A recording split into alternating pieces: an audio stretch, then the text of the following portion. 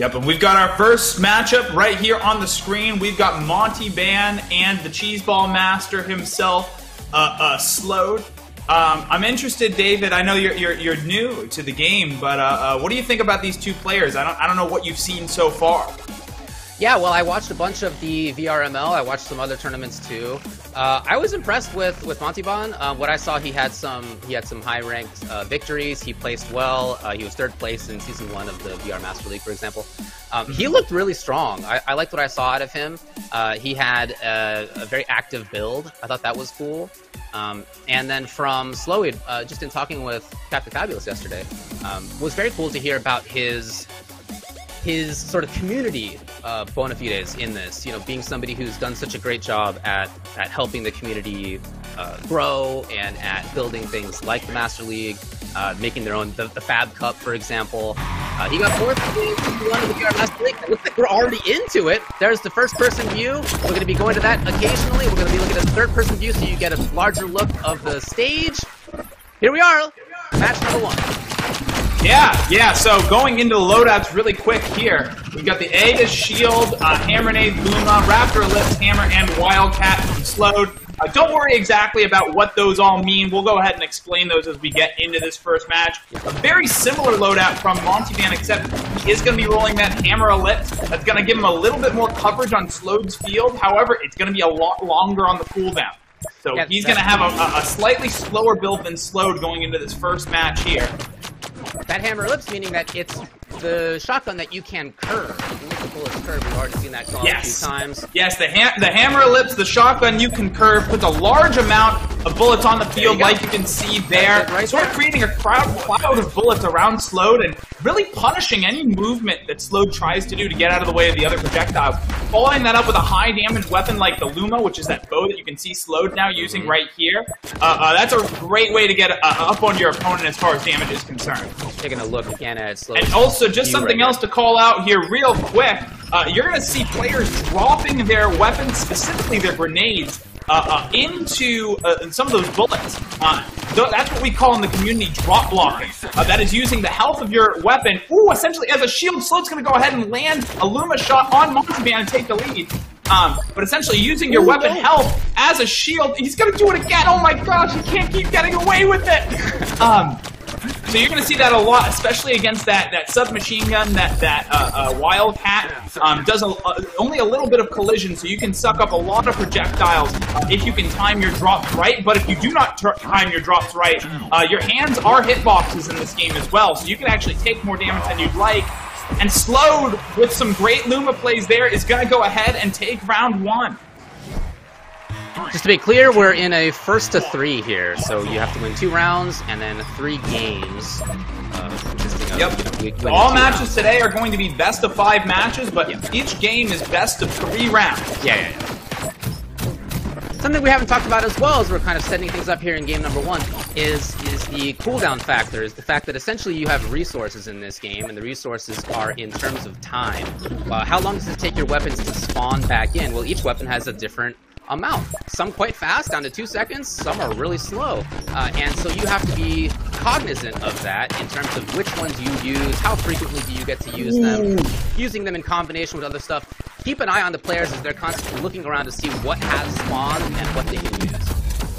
Right, and then that's the name of the game right there, going ahead and using your weapons, not in isolation, but really trying to combo everything together to trap your opponent. Montybann doing some firing with the Raptor Ellipse there, nailing Slowyd with about 20 damage, but Slowyd with 1 Luma shot, managing to take back, not necessarily the lead, but definitely close that damage gap just a little bit. The fact that Montybann brought that Hammer Ellipse is definitely helping him put down a lot of hazards on Slowyd's field. Definitely. As Montybann backs up, you see he's playing with his own positioning. He's moving to the back when it's time to play defense, when you're worried about blocking. He's moving to the forward when he's trying to get up closer where you can shoot the opponent faster with less time before the bullets get there. So moving your space around, moving in your space is a huge part of this game. Yeah, absolutely. Yeah, this is not a game. I mean, the tagline of the game is "Don't stay still," and definitely at this level of play, you start to see a lot of that. You've got to use your full play space as much as you possibly can to keep your opponent on their toes. Slowyd running, it seems to be running out of weapons here in the last 15 seconds. Again, again, he wants to be comboing those weapons together and using them together, but he's running out of time. 7 seconds left on the clock. 5 seconds. He's got the hammer available to him. He had, well, he a little bit of drop blocking there. He tries to set something up with 1 second left. It's just not going to come. Ooh. 1 hit on the pellet. It just doesn't matter at that point. It's round for Montybann. Yeah. Yeah, and you know, that is, you know, at lower levels of play, something like drop blocking, he doesn't really come too much into it. You know, usually players are running shield, but especially here where, you know, every single weapon in your loadout really has to hold its weight. Drop blocking is a great way of lowering your footprint without sacrificing your defensive capabilities. So you can see, you know, and even with the handles of the shields themselves, you can still use that to drop block and then use the shield itself, kind of like Monty actually did right there. Yeah, exactly. Trying to set up. The setup on Slowyd. Yep, he's trying to make something happen here. Ooh, Great. Oh, okay. some dodgy. You got a little bit of damage there. That's going to be 14 damage, 14 damage. Nothing much, nothing much. Yep. We got plenty of time left. You see 120. We got plenty of time. Slowyd's got plenty of time. Plenty of time. Ooh, okay, there we go. Using the shield to take out the nade, but manages to take a bit of damage there from, I believe, the hammer. It looks like the hammer. The hammer nade. Another thing to bring up right now, kind of as we're waiting for these two weapons to respawn. Recently, in the last update, the concept of attachments was introduced. Each weapon has, or at least most weapons, have 3 unique attachments that change how the weapon functions. You can see that both the players here are actually running a variant of the hammer nade that gives the projectiles a wider spread, but actually increases their damage from 4 to 6. So if you see 6 damage being done, that is via that hammer nade. And Slowyd going ahead and taking a bit more damage from that Raptor Ellipse. Just some small pokes coming out from Montybann. Get on the clock here. Nailing a little bit. I mean, you can see how important each hit is among these players as we've gone down again to under 20 seconds. Dodging, as a result, hugely important. You cannot get touched. Monty waiting it out. Ooh. Hammer ready to go. 5 seconds left. It's fairly close. Oh no! In the last second, that was literally 2-3 seconds left. And that's how it goes. And Montybann is going to go ahead and take game 1. Very well played from both these two. I think that's a really good display right there of how important each hit can be. You know, you have all of this stuff flying on the screen, and if you're somebody watching this or playing it for the first time, you can feel like, wow, how can you possibly evade that stuff? But as you can see, players who have the understanding of where that stuff's headed, of what the strategy is, and also the like physical in-person ability to actually dodge out of the way, can make it so that they can survive through intense bullet hell. Right, absolutely. And something to also bring up there is, you know, after 6 minutes of play right there, going directly back into another match, you know, it's not just about execution. It's about execution while you're tired, while you really, you know, you want to be getting lazy and not dodging all the way. That's really the level that we're at with a lot of these players. It's not just the execution, but also being able to execute under this amount of pressure. Slowyd again taking another 10 damage in these sorts of matches. That could spell life or death. Another 6 damage coming out from that hammer nade. A great amount of poke. Again, really forcing your opponent. Ooh! Really punishing your opponent for dodging there. Another great play by Slowyd, keeping up that pressure. This second game might be where it turns for him. Montybann trying to set up the clamp. He's got substantial damage right there. You know, again, everything is adding up, especially the way that these two are playing. Very bullet hell style. Both trying to set things up constantly. Ooh, okay. Montybann. Ooh, and that Wildcat just peppering Slowyd with some low damage bullets again. Anything that forces that movement could force him into something else that does a lot more damage. Yeah, he's gonna have the hammer nade here. He's got. Ooh, there we go. Getting rid of the nade with that hammer shot. Brilliant play there by Slowyd. Again, really prioritizing that. That's also one of Montybann's highest cooldown weapons, so losing that definitely hurts the amount that he can actually mobilize on his build. Sure. Okay, but with 7 seconds Bit of left. damage, 5 seconds left All on he's the gotta clock. do is just Slowyd stay does away. have that shield, though. Yeah, okay. I mean, unfortunately, This one Montybann's resources is were going to out. go to Slowyd. He was waiting for his weapons to come back at that point, and there weren't any left. And You know, in moments like that, where it seems like it's going down to timeout, and you have a chance to either use all your weapons or maybe wait for a good combo, maybe it's time to wait. Yeah, the other thing to note actually is that every weapon is usually only 1 damage, but for nades it's actually 3 damage. Throwing your weapons at your opponent actually does do a little bit of damage. Right. So in these last seconds, sometimes it is genuinely better to just go and throw out your weapon rather than try and actually get it off, especially for those nades, which take a couple seconds to draw. Heading into the second round, Slowyd accidentally dropped that nade right there. He's got butterfingers. Using that Raptor Ellipse. That Raptor Ellipse is not to be underestimated. It's a 3-second weapon. It's got 5 shots, but each shot does 10 damage. Yeah, you can see those are like, you know, even just a couple points of damage can make a huge difference. Landing a couple of those shots could be the difference between winning and losing a game. Absolutely. Luma behind, Slowyd here. But just time to dodge. Time to play a little bit of defense before it's his turn again. Now he has that time. Nades here. Try to launch a little bit of juggling there. If you caught it from Monty, Slowyd's going to go ahead and get hit with that hammer nade. He's trying to move forward there, try to approach a little bit to get a closer angle to get some damage faster. He's got the weapon behind him. Yeah, that is actually another point to bring up. Standing at the front of the podium reduces the distance between you and your opponent. Less travel time. So you can actually get some shots off at the front of the podium that you wouldn't usually normally get off. 25 on the clock. 30 seconds now, left you on gotta the start thinking clock. about the fact that we're headed to a timeout. So do you use stuff immediately? You can get some weapons back here. You got enough time to get a couple back. But it's also the point where your opponent's guard is down the most. Yeah. 9 seconds. See him getting that poke damage. Tough spot for Slowyd here. Oh, he tries to grab the nade, but it pops off. He manages to back off his hand just in time. It's not going to work out. It's not going to work. Montybann is going to go ahead and take round 2. Now, what a close series we have to start things out here. Right off the bat, man. Right off the bat. These are the best of the best. We're not going to have any surefire matches today, that's for sure. Great spawn point for the Luma right there. Oh, he tosses it after having shot out a couple. Nade next to him. Oh, no, the out-of-bounds damage. The out-of-bounds damage. Oh. And just like we were talking about before, you got to make sure that you use your whole play area. No more, no less.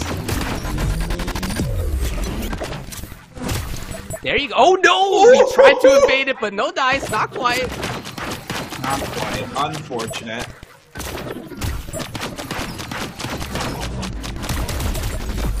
Ooh! A ton of damage. Ton of damage coming out between the hammer ellipse and that raptor ellipse. Again, those curve weapons really great for change-ups, really great for getting your opponent positioned how you want to and following it up. The damage ain't bad either. If you're having trouble seeing which one is which, just look at the size of the bullets. Those raptor bullets are a little bit bigger than the hammer ones. They evade. Ooh, okay, there we go. Slowyd getting off a Luma shot. Yeah. He has so much to make up here. Not a lot of time. 45 on the clock. He's in trouble. Health bar, no. Maybe even a weapon toss at this point. And the weapon throw. It was in fact the weapon throw. Oh, man. It was the weapon throw. As you said, Monty's going to take game 2, and we're finally going to get a weapon swap here. Okay. Yeah, that will do 1 hit of damage for most weapons, as we were saying earlier. And that was, in fact, what was enough right there.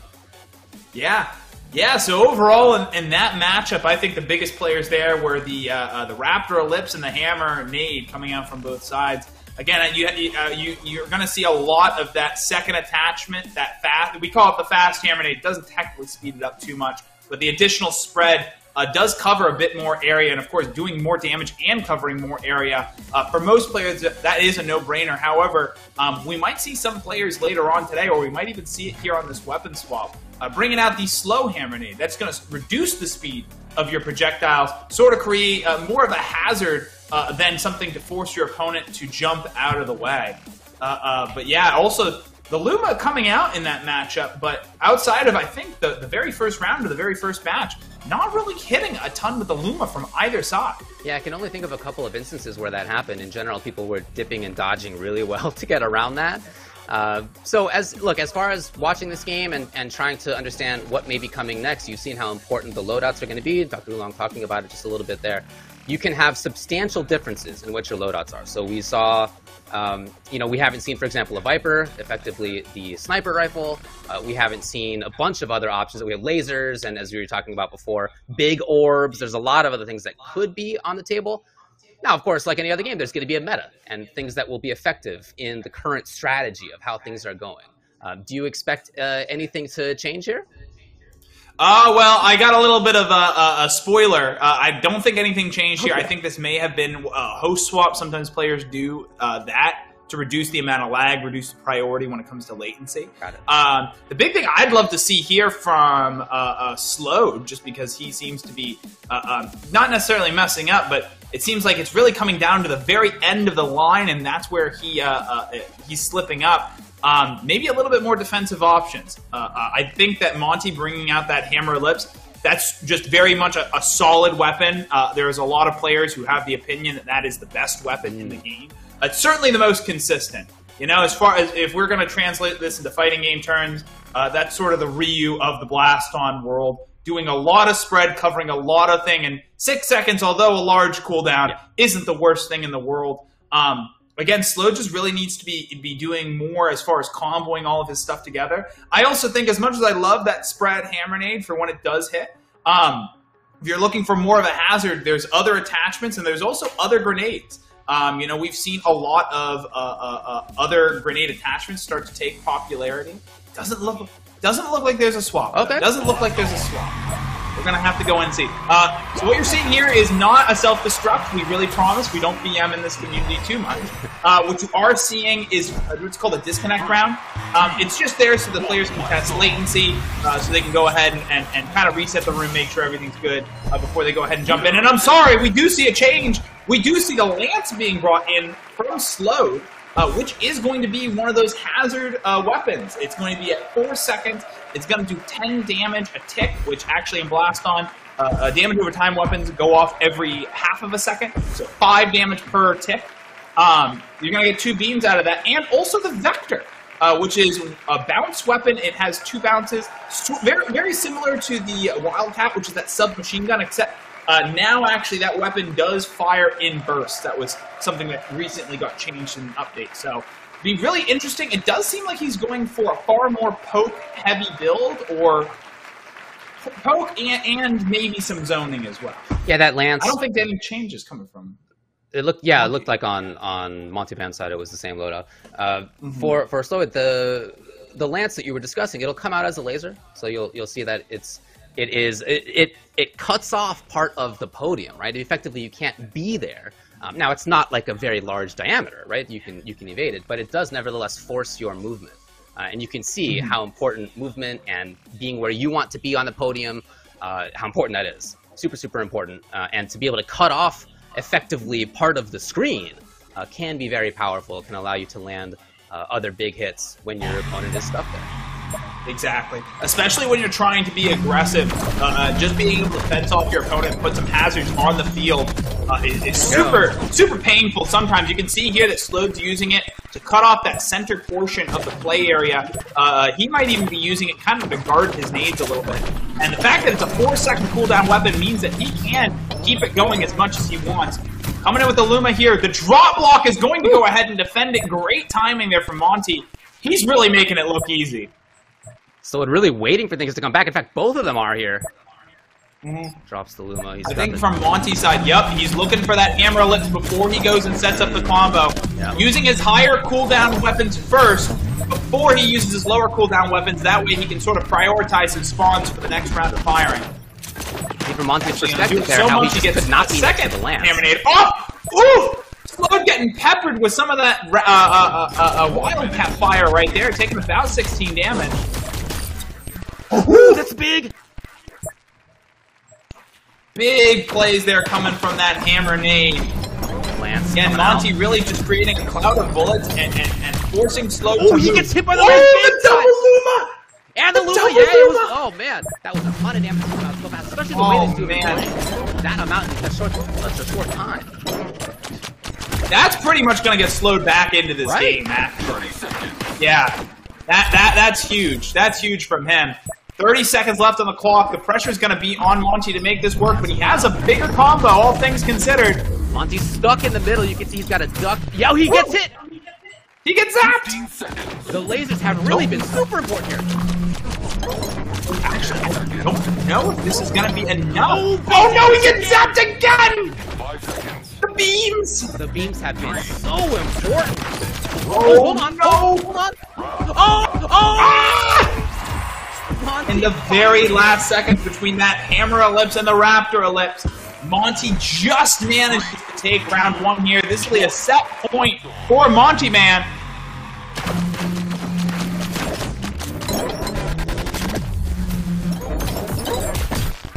Okay, a little bit of damage there. There we go. Chipping away on the ledge bar. Slowyd unfortunately firing that into the shield.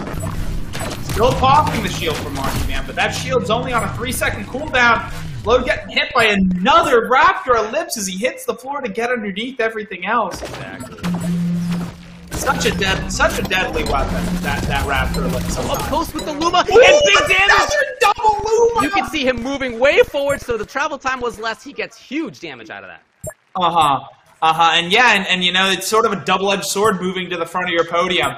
On one hand, you can, you know, you can catch your opponent out with some faster projectiles. On the other hand, it also makes you way more vulnerable to the same projectiles. Right.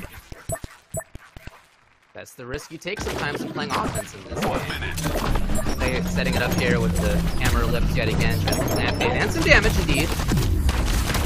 Oh, nice catch on the grenade!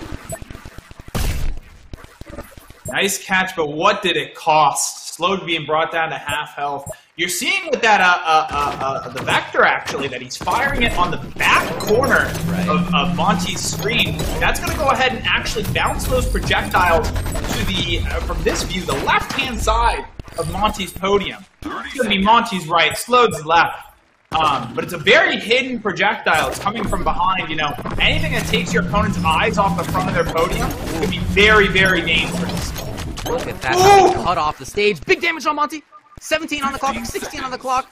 Monty running out of time. He's got to wait. Yep, things are coming back. The hammer ellipse here. He goes from the top, from the bottom. It's going to clamp in. Get some damage. 5? 3. Oh, he's got nothing. He's got only the nade.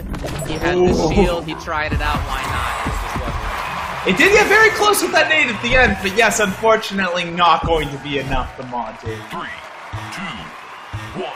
Blast on.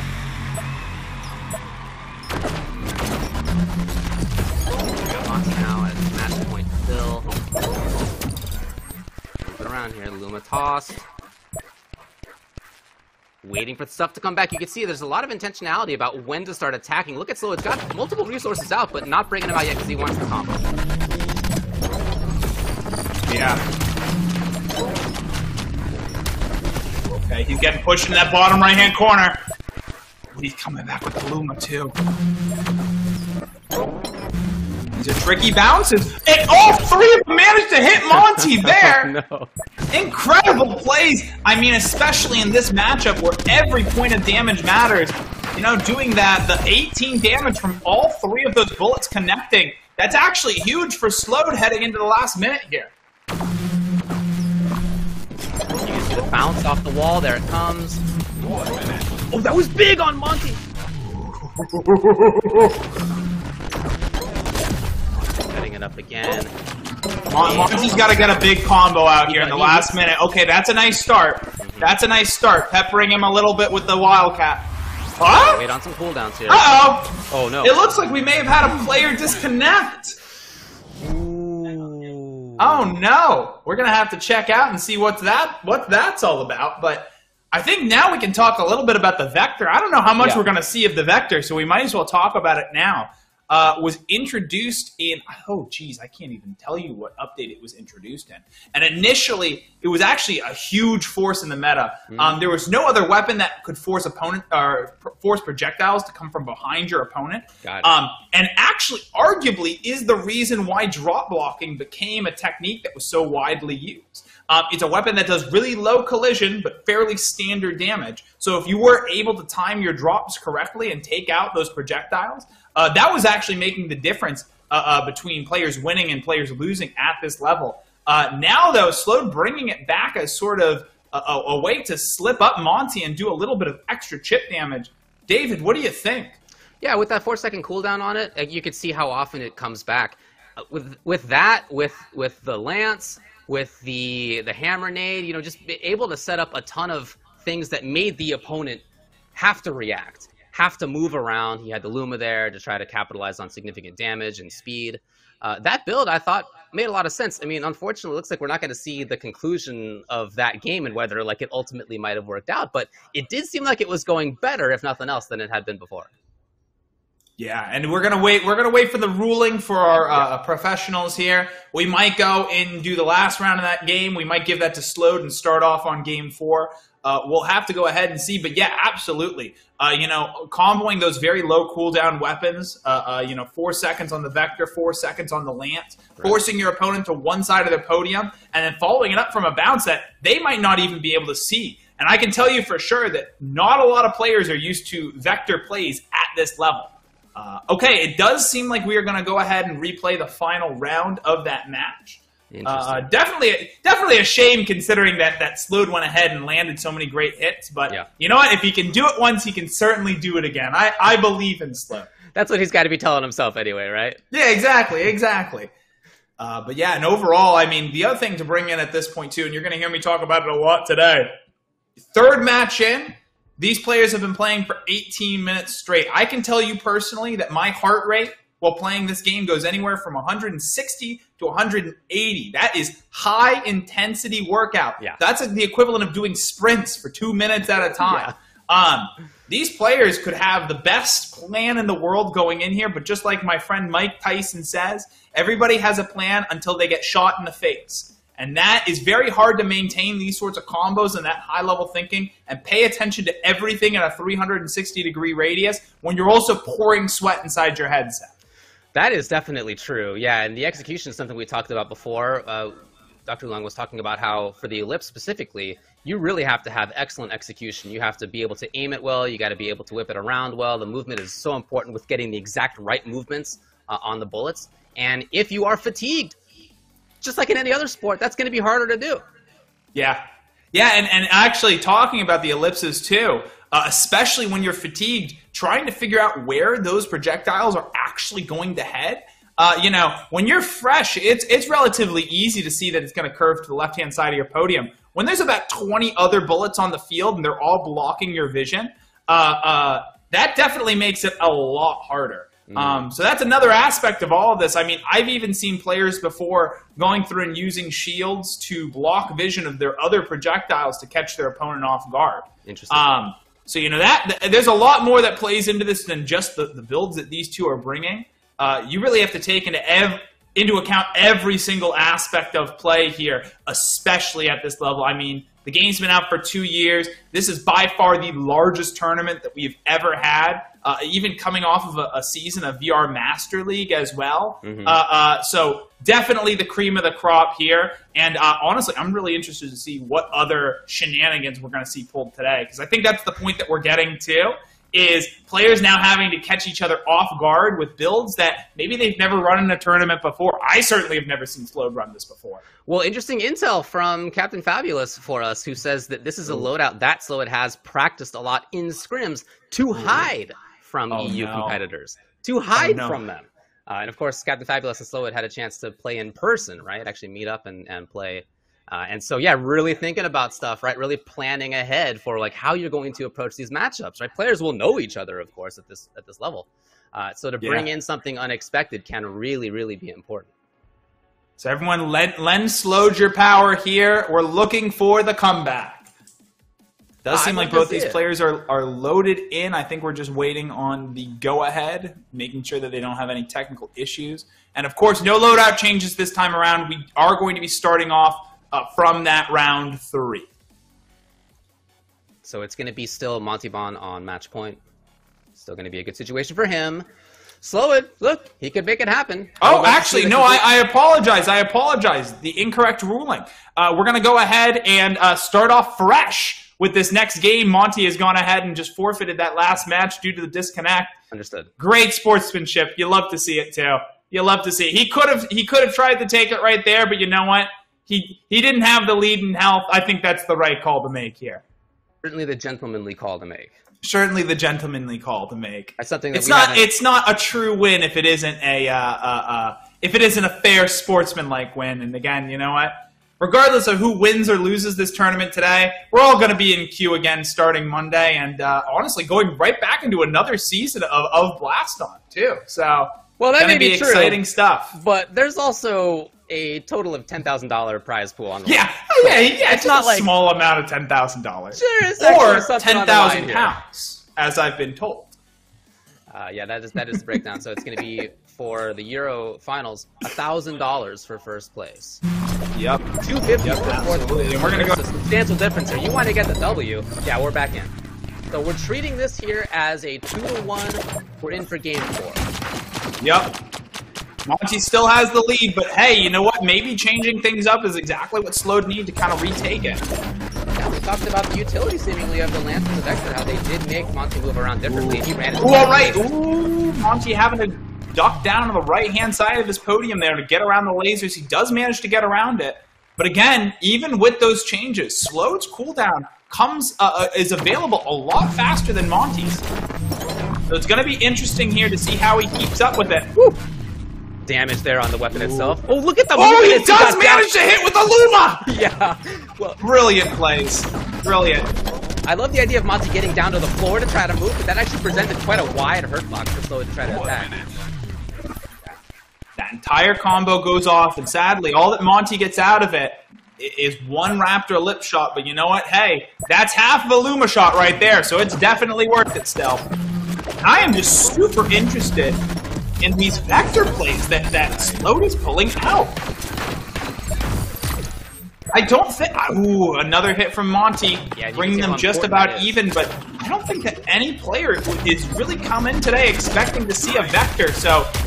Ooh, so much to read his opponent! Oh, no! That was a third of his life in 3 seconds. Yep. That's going to be the hammer, and he just couldn't get out of the way fast enough. Now it's going to be on him to get it back. The way that Monty was dodging right there, though, wow, tough to see how he could even get hit. His duck under the Vector was so important. 11 seconds left. Another setup here from Slowyd.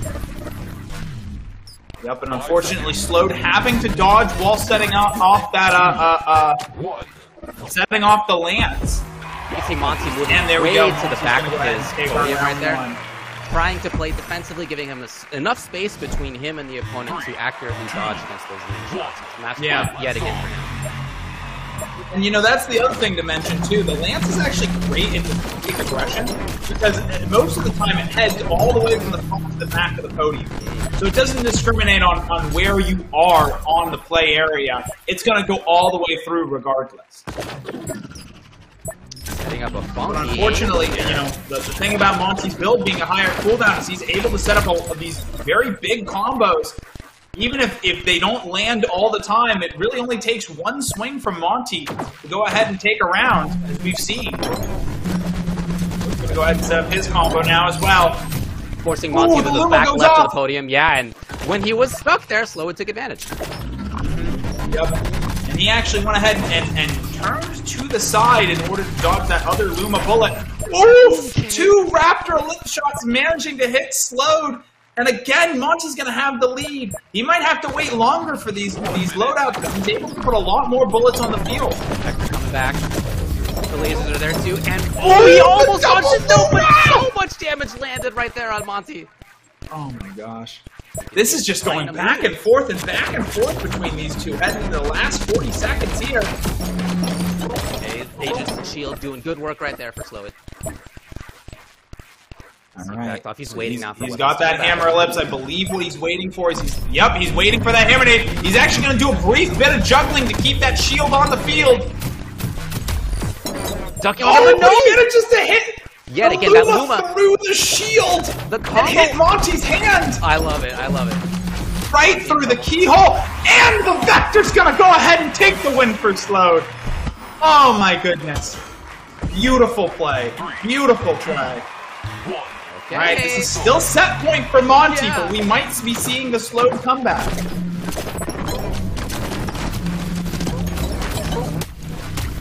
Ooh! About 18 damage coming out from Monty, or from Slowyd there. Chunking Monty for just about a fifth of his health. Yeah, got 100 health points up there. Again, the Lance setup. This setup has just worked very well consistently. Again, not a ton of damage each time, typically anyway, but the fact that he's been able to get these cooldowns low, 4 seconds to come back and set things up again, has been huge. He's able to set it up so Ooh! Alright. Slowyd definitely taking some damage there, mostly from the Raptor Lips, but the hammer is what gave Monty the setup there. Dave coming up.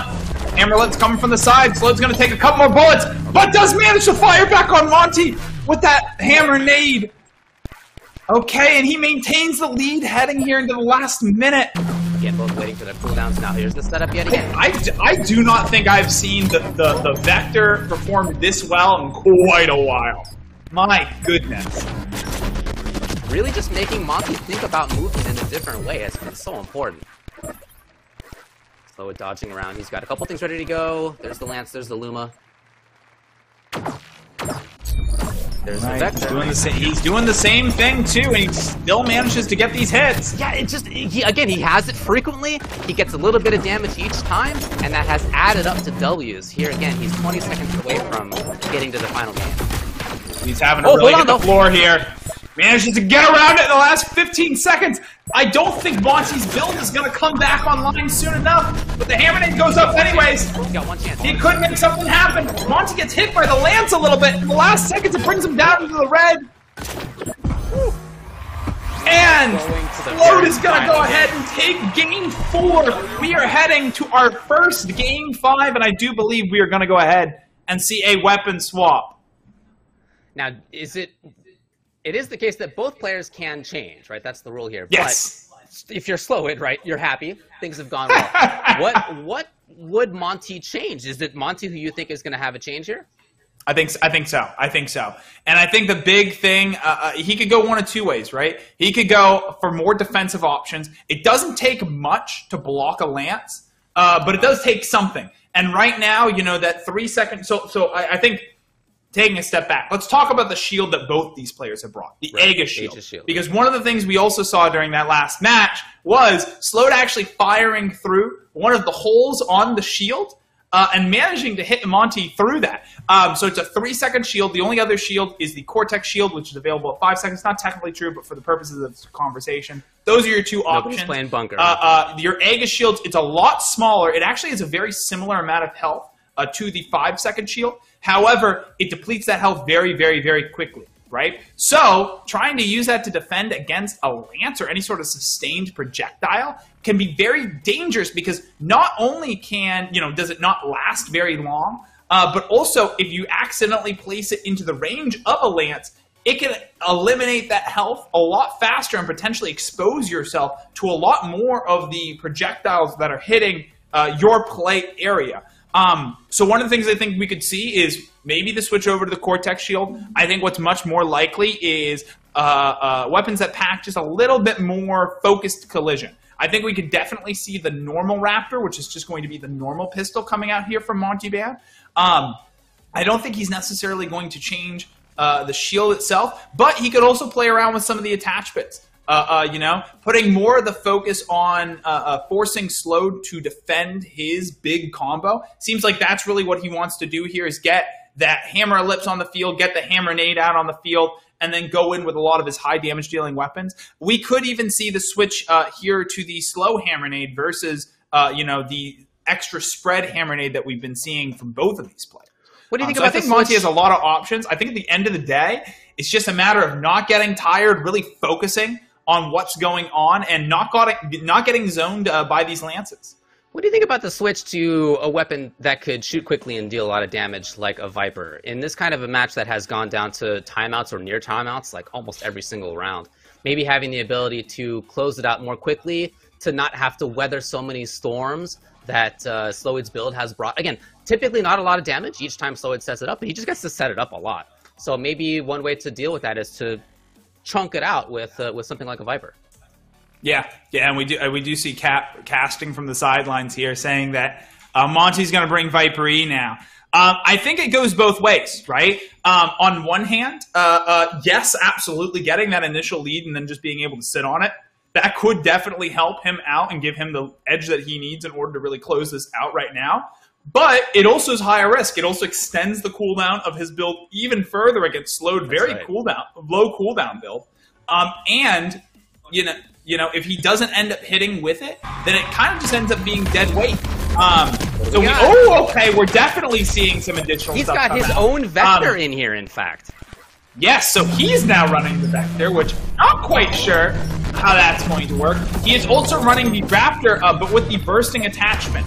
So this is going to reduce its ammo to 3, but as you can see there, each one of those projectiles is going to burst halfway through. What that's going to do is that's going to create yet another hazard on Slowyd's field. It seems like what he's actually done is kind of met Slowyd at that cooldown. You know, getting rid of the hammer and the hammer ellipse in favor of the vector and the bursting raptor.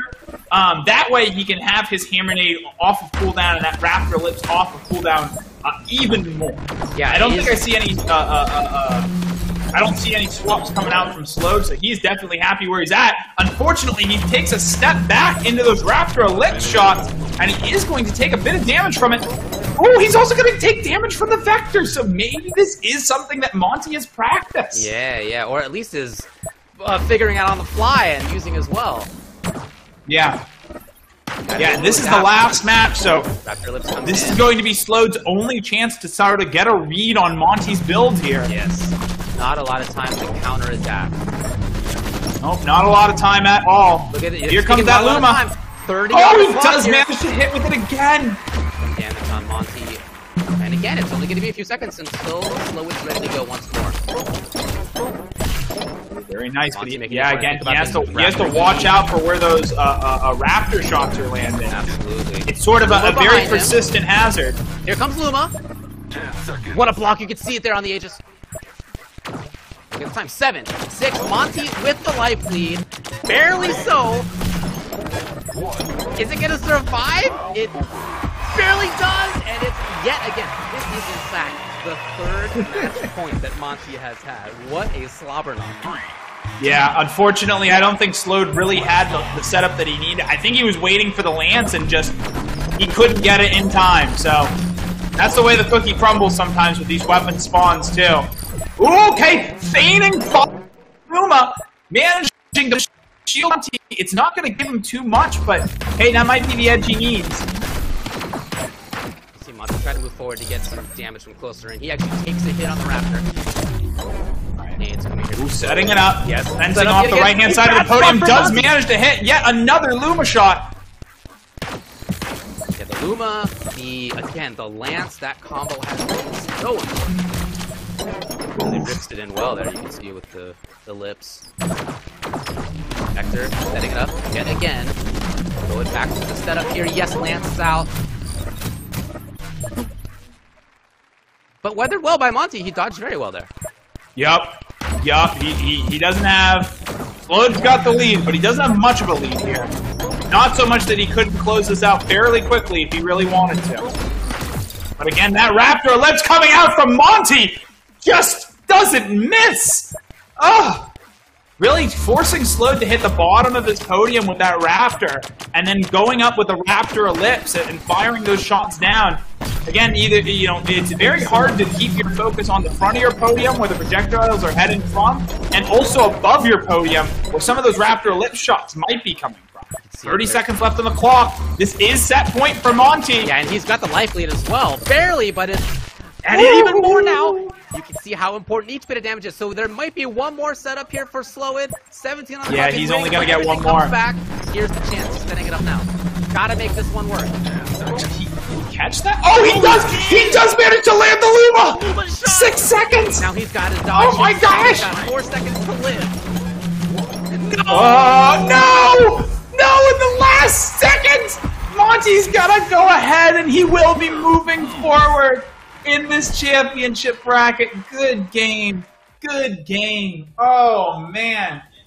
That Raptor ellipse just coming back in those last seconds and doing just enough damage to win that game for Monty. Win the set for Monty.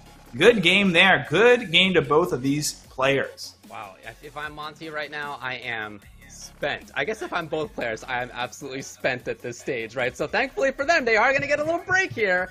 But man, that was a long one. It was you could see the style that they were playing was not just that it takes a while, that there were multiple timeouts, but also that in doing so, there's a ton to dodge. And so it's not like you're standing there for these 2-minute rounds. No, you are constantly moving. You can see how low they got to the floor. You can see them occasionally jump over things even. You can see them trying to move their body out of the way of stuff, keeping their head inside the ring. Man, that is so much movement. Very impressive stuff. Yeah, and just using all the play space. And I mean, you know, and also planning around that. You know, Monty was forcing Slowyd to hit the deck and then going in with the Raptor Ellipse and curving it downwards. Again, it's very hard for you to look forward at all the projectiles that are coming towards you and look up at the same time. So you have to rely at that point mostly on audio cues to know where those projectiles are heading. Also, when you hit the ground, your entire avatar also gets vertical with the ground, increasing your effective area, making those shots easier to hit. So, great match there from Monty. Wild to see the Vector come out for both of these players. And I mean, really do a lot of damage for both of these players in that last match. Yeah, and not just doing damage by itself, of course, but forcing the opponent, really, to move into bad spots where other things could be doing damage, like we saw so much come out of the Luma, for example. Again, the forcing of your opponent into where they don't want to be is a key strategy in this game, and I think that was very well illustrated in that match between those two. Yeah, and I mean, just, you know, really going till the very end. I mean, obviously, all of those matches went till the very, very end either way, but, you know, really not taking your eyes off the ball. Really not getting tired at the very end and sort of giving it up because you think that there's no way my opponent could get this in right this second, right, guys? You know, really keeping that focus and having that mental fortitude to keep going all the way to the end. I mean, it's not as easy as these two players made it look. So, great game to both of these two. We got